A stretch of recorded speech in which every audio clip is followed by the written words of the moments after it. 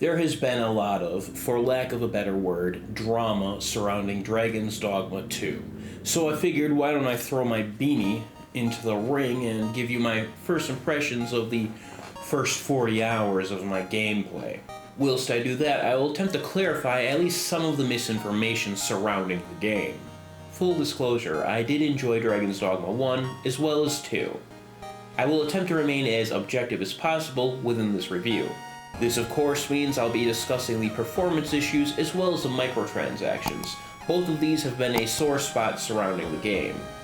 Hopefully a lot of those things have been resolved because this impression video is quite late, but given the state of the world we live in, I doubt it. That being said, let's get into the game. So the game boots and a cutscene starts where the Arisen is welcomed into the throne, when time stops and a voice says some shit. Arisen, thou who wouldst slay the dragon. Then we cut to a prison camp.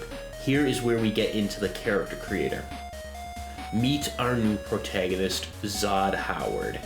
Since Dragons Dogma 2 is lighter on the character creation aspect, we're just gonna have to headcanon that this is Todd Howard, after he got isekai'd by getting hit by a school bus, and now he's in the world of Dragons Dogma 2, as a twink warrior. After I made this beautiful boy some rancid fat ass that looks like Movie Bob after a 3-week Taco Bell bender, as Zod go pick up rocks for a bit. Luckily, his new life of endless labor is quickly quashed when his sweet baby ink-styled snake lady appears and makes a bunch of soy boys rock hard. Since this is a public location and indecency is considered highly illegal, Zod is commanded to fight the beast. He grabs a sword and shield and engages the reptilian wench in brutal combat.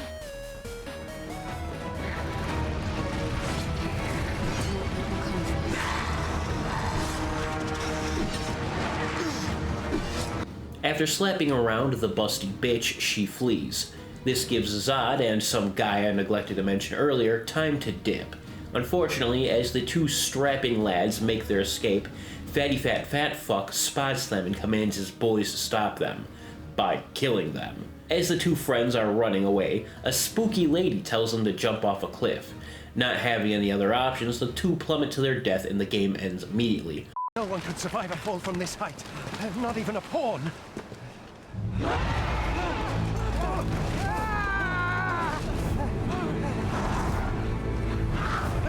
Don't just stand there! Shoot it down!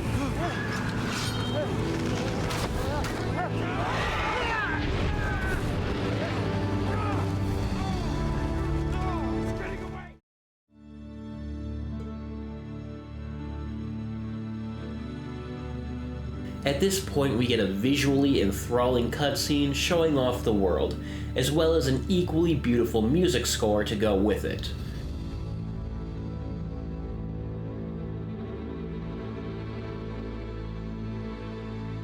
Then the Griffin gets sniped, and Zod's friend gets casually butt-fucked to death by a tentacle monster. Note here that he refers to Zod as the Arisen, but wasn't the Arisen at the capital? Something fishy is going on here. A wandering troop of guards led by a handsome man named Justin, with 2 N's, offers to take Zod to a base camp where he can recover. Along the way, a number of bald red midgets accost the travelers. Finally, we get to some real combat, and I die immediately. I'm gonna be honest with you guys. I died like twice during this part. I want to say it's because I just wasn't used to the control scheme yet, and not because I suck at the game, but it's probably because I suck at the game. After that shit show, we arrive at the encampment, where all the other pawns greet us and offer assistance. Apparently, our anally assaulted ally was correct, for when Zod touches the Riftstone, Ray. Is that how it's pronounced?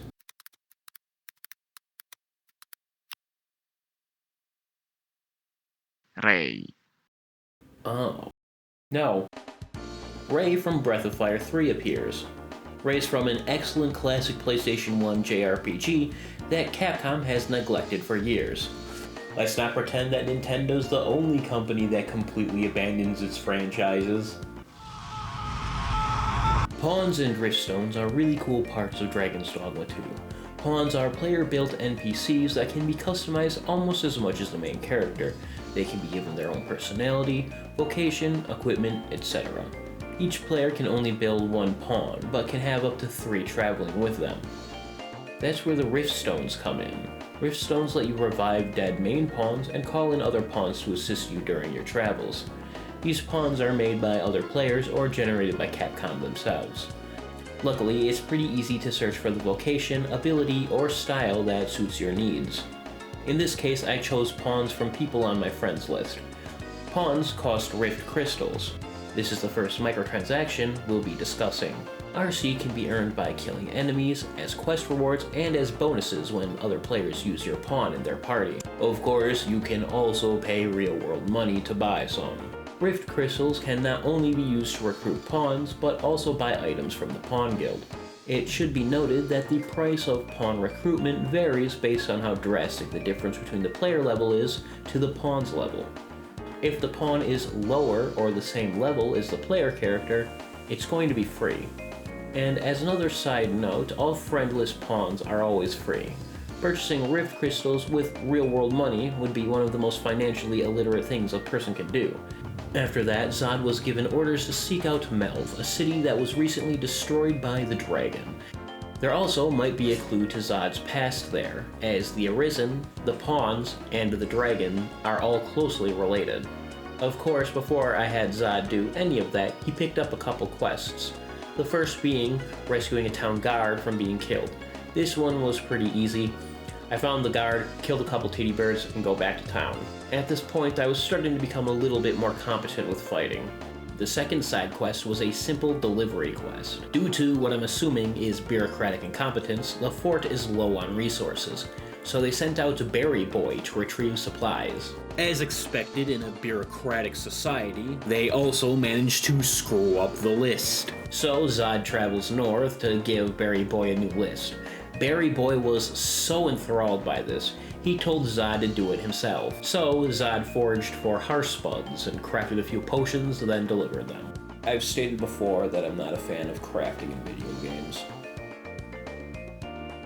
Well, that's all I wanted to say. Oh, fine. The crafting isn't bad in Dragons Dogma 2. It's honestly closer in design to something like Monster Hunter rather than Minecraft or Terraria. It's present, but it's not overwhelming. After heading back to town and turning in the quest, Zod finally decides to head on over to Melve. This is where Zod has a flashback to the time he was decimated by a dragon, and his heart was stolen.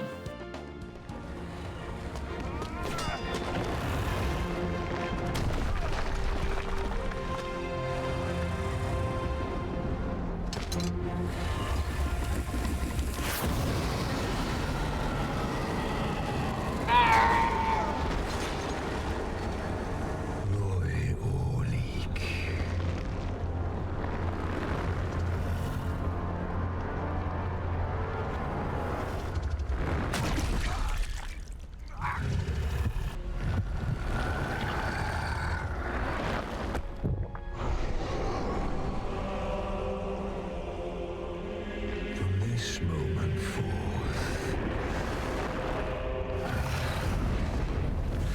thou art arisen. Charge and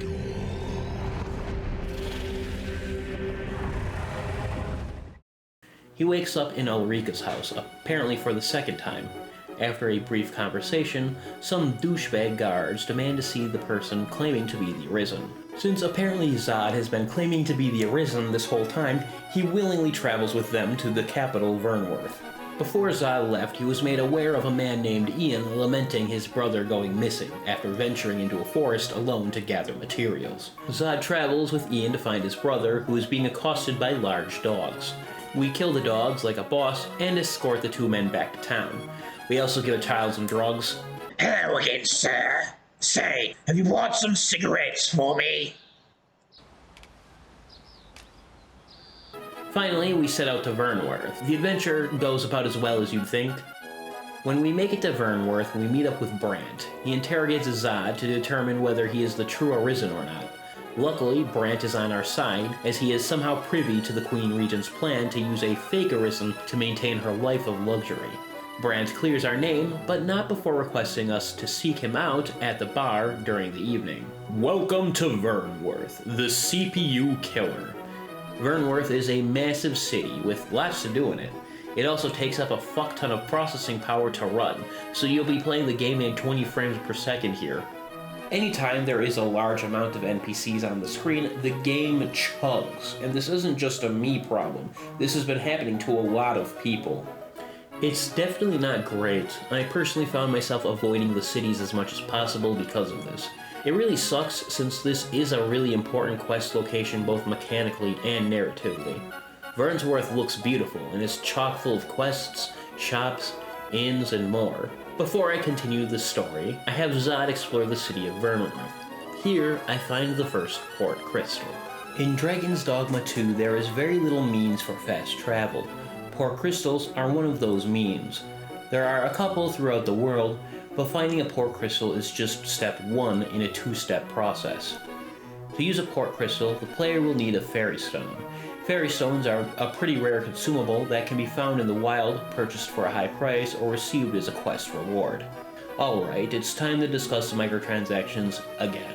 There is one microtransaction regarding fast travel in Dragons Dogma 2. You see, there are a couple permanent port crystals in the world, but there are also a few portable port crystals that the player can place anywhere in the world. They're rare, but for the low price of real money, you can receive one for free, rather than earning it. It's not as bad as people have been led on to believe, but it's still another needless microtransaction in a single-player game. The inclusion of these microtransactions never cease to confound me. You're better off paying the same amount of money for cheap ramen. The exploration is rewarding with resources, hidden treasures, enemy encounters, and random quests. Players are meant to spend in-game days exploring the world. Artistically speaking, it doesn't make sense to add something that is antithetical to the game. But I guess it's okay if Capcom makes a couple extra dollars. Each jaunt into the wilderness is its own struggle. The player's max health deteriorates over time, making it crucial to have some sort of idea on where they want to go and what they want to do. Players won't be able to overdose on food and potions to survive. They'll have to take time to rest. In this way, it feels much more like a survival game. This is only further emphasized with the inclusion of the camping kit, which allows players to refresh their max health as well as buff their entire party with cooking. I really don't feel like describing in detail the next bit of Zod's story, so I'll sum it up like this. After meeting Brant and discussing their plan of action, Zod partook in several side quests and exploratory runs, where he crashed a masquerade, genocided goblins, killed a minotaur, lost his virginity, learned the way of Mystic Spearhand, and more. Finally, after collecting a crap ton of evidence, it was time to expose the fake Arisen. As Zod, Brant, and Ray waltzed up to the castle during the coronation, Ray suddenly had a stroke, forcing the trio to flee. This is where we find out the fake Arisen has a doodad that controls pawns around him. Knowing this, Brant sends Zod to the neighboring country of Batal. After a lengthy journey to a town called Checkpoint Rest Town, Zod can't pass through the gate because he's not a beastren, so he dresses up like a furry and was let through the gate. Welcome to Batal. It's dry like my girlfriend after she sees me naked. After the gates close, Zod treks through the desert to the capital surprisingly quick, and this is where I'm going to cease narrating Zod's story. Alright, I have a couple talking points I want to go over before we get into the big one. First is the enemies. You have two camps of enemies, small guys and big boys. Small guys are your typical scalies, bones, titty birds, and more. Dispatching them isn't too difficult until they get numbers on you. Big boys, on the other hand, consist of scalies, ghosts, angry cows, one-eyed monsters, one-eyed monster, and more. These fights are lengthy tests of might, skill, and knowledge. I've died to little guys more often than big boys, because while little guys are more fragile, they can easily overwhelm you with sheer numbers. That, and they can also third party during a fight with big boys, which really sucks. I hate it, but I also love it, as it makes even fighting the same one-eyed monster feel dynamic. One complaint I've seen is the lack of variety in enemies. I kind of have to agree but disagree at the same time. Goblins themselves have variation within their ranks. Some goblins just throw shit at you. I would have guessed that these were the underperformers of the war tribe, But then the shield goblins exist, which are literally just glorified meat shields. Of course, there are goblins that will fight you in proper melee as well. The two regions both share similar enemy archetypes. For example, titty birds and desert titty birds function mechanically similar for the most part, but they also have slight variation. It's not super noticeable until you realize that the desert titty bird curses you with a different status effect other than sleep. This also carries over to the lizards. Lizards in Verdun will simply spit on you and douse you in saliva. In Batal, they poison you. This is just a couple examples of the enemy variety. I'll agree that it is a little lower than I would have liked, but I'll also say the frequency that certain enemies are encountered makes it seem like there's a lot less enemies than there actually is. On the other hand, Dragons Dogma 2 has an incredibly varied combat system thanks to its class vocation system. Of the 9 vocations, I only played about 4 or 5 of them, and I definitely gravitated toward melee vocations. My favorite vocation was Mystic Spearhand, which operates as a support DPS, able to shield allies, slow down enemies, and attack at lightning speed. From a mechanical perspective, each vocation I had played felt wholly unique from one another. I won't lie, I haven't even unlocked all the advanced vocations. I can only assume they're just as unique. I think the only issue I had with combat itself was positioning, specifically the finer positioning. The character's movement is not super precise. Sometimes repositioning to hit a weak point is more of a hassle than it's worth.